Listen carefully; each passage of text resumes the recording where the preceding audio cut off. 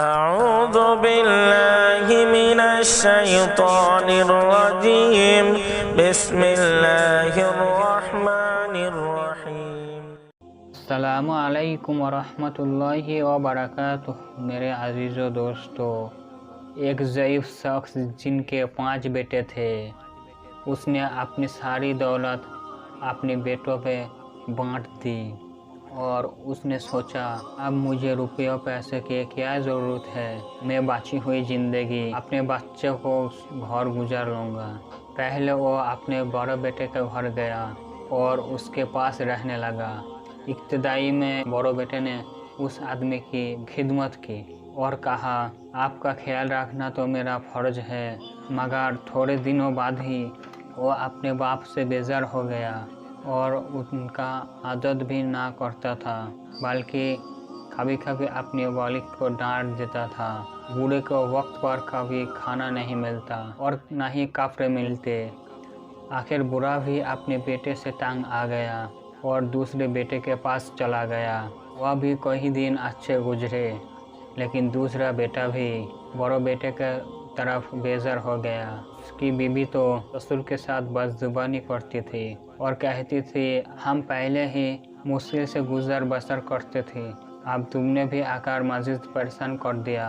बेचारा बूढ़ा जल्दी ही वहाँ से चला गया। फिर तीसरे बेटे के पास गया, मगर वह भी कुछ दिन बाद परेशान होकर वो सबसे छोटे और लाडले बेटे के पास जाकर पहुंचा और वहाँ से भी तंग होकर निकला। बेचारा को कहीं चैन न मिला। सारे वालिद अपने पिता को साथ नहीं रखना चाहता है। कोई कहता मेरा इतने बच्चे हैं, कोई कहता मेरा घर छोटा है, तो कोई कहता मैं खुद गरीब हूँ। वालिद 5 बेटों की खुशामद करता। उसने रो रो कर कहा, मैं तुम्हारा बाप हूँ, मेरे बुढ़ापे और कमजोरी पर तरफ खाओ। मगर कोई भी परवाह नहीं करता। एक मर्तबा 5 बेटे इकट्ठा हुए। उन सब ने मिलकर ये फैसला कर लिया कि बालिग को किसी स्कूल में भेज दिया जाए। रोजाना सुबह जाए और शाम को आए, थोड़ी रोटी उसको दे दी जाए। जब इस बात उस लाचार बाप ने सुनी तो बड़ी आजीजी के साथ बेटों को कहने लगा, मुझे पढ़ना तो आता नहीं, मैं बूढ़ा हूँ, मेरी आंखें भी कमज़ोर हो गई है, मुझे अच्छी तरह दिखाई भी नहीं देता, अब मैं स्कूल जाकर क्या करूँगा। मुझे कहीं रहने को थोड़ी जगह और एक टुकड़ा रोटी दे दिया करो, मैं पढ़ा रहूँगा।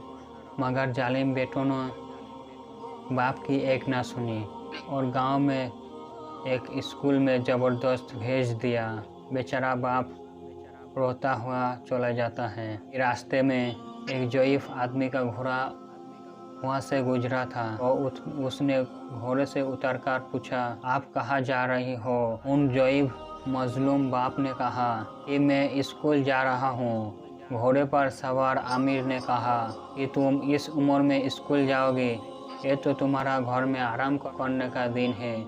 मजलूम बाप ने अपनी सारी कहानी सुनाई तो उन आमिर आदमी ने कहा, अरे मियाँ, स्कूल जाने का ख्याल तो बेकार है, मगर तुम गम न करो, मैं तुम्हारी मदद करूँगा। ये कहकर वो आप जेब से एक थैली निकाला और उस थैली में कुछ चीज़ भर दी। फिर उस थैली को एक संदूक में रखकर बंद कर दिया। संदूक उसको देते हुए उसके कानों में कुछ कहा। उस ज़ईफ़ुल उम्र बाप संदूक लेकर खुशी खुशी गांव वापस आ रही है। बेटों ने जब देखा है बाप एक संदूक बगल में दबाया चला आ रहा है तो वो समझ गए जरूर इसके अंदर कोई दौलत है। उन्हें अपनी वालिद से ये ना पूछा कि तुम स्कूल नहीं क्यों गया, बल्कि सब खातिरदारी में लग गए। हर बेटा अपने घर चलने के लिए बोलता है। फिर उन्होंने अपनी वालिद को ज़्यादा से ज़्यादा अच्छी खाना खिलाया। खाने पीने के बाद बूढ़े ने कहा, मेरे बच्चों, अपनी जवानी में कोई दौलत जमा करके जंगल में दफन कर दी थी, मुझे इसका ख्याल भी नहीं रहा। आज जब उजड़ से गुजरा तब ख्याल आया, ज़मीन खोदी तो संदूक वैसा सा वैसा पड़ा है और मेरी ज़िंदगी तक ये यूं ही बंद रहेगा। मेरे इंतकाल के बाद ये खोलना, और तुमने से मुझे जो बेटा ज़्यादा खिदमत करेगा, बुढ़ापे में मुझे आराम देगा, वह इस दौलत का ज़्यादा हकदार होगा। ये सुनकर पांचों बेटे आपस में लड़ने लगे। ये पिताजी को मैं अपने पास रखूंगा। अब बूढ़ा जिस बेटे के पास जाता उसकी खूब खिदमत होती, सब उसके खाने कपड़े और आराम का खूब ख्याल रखती है। इस तरह बूढ़े की जिंदगी मज़े में गुजरने लगी।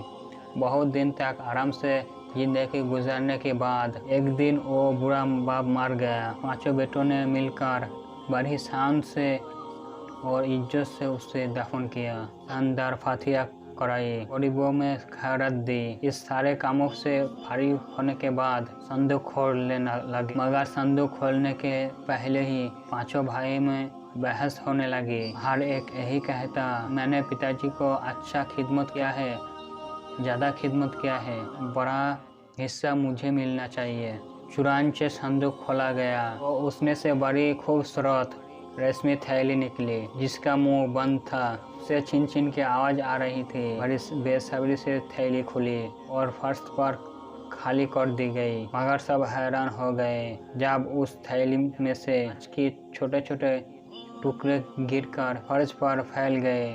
उस पांचों बेटों को बहुत गुस्सा आया और वो आपस में ही लड़ने लगे। गांव के दूसरे लोग ये देखकर खूब हंसने लगे और उन नाफरमान औलाद से कहा कि देख लिया आपका बूढ़े बाप की अक्ल, उसे स्कूल भेज रही थी ना, उसे स्कूल गई बगैर कैसा मज़ेदार सबक सिखाया है।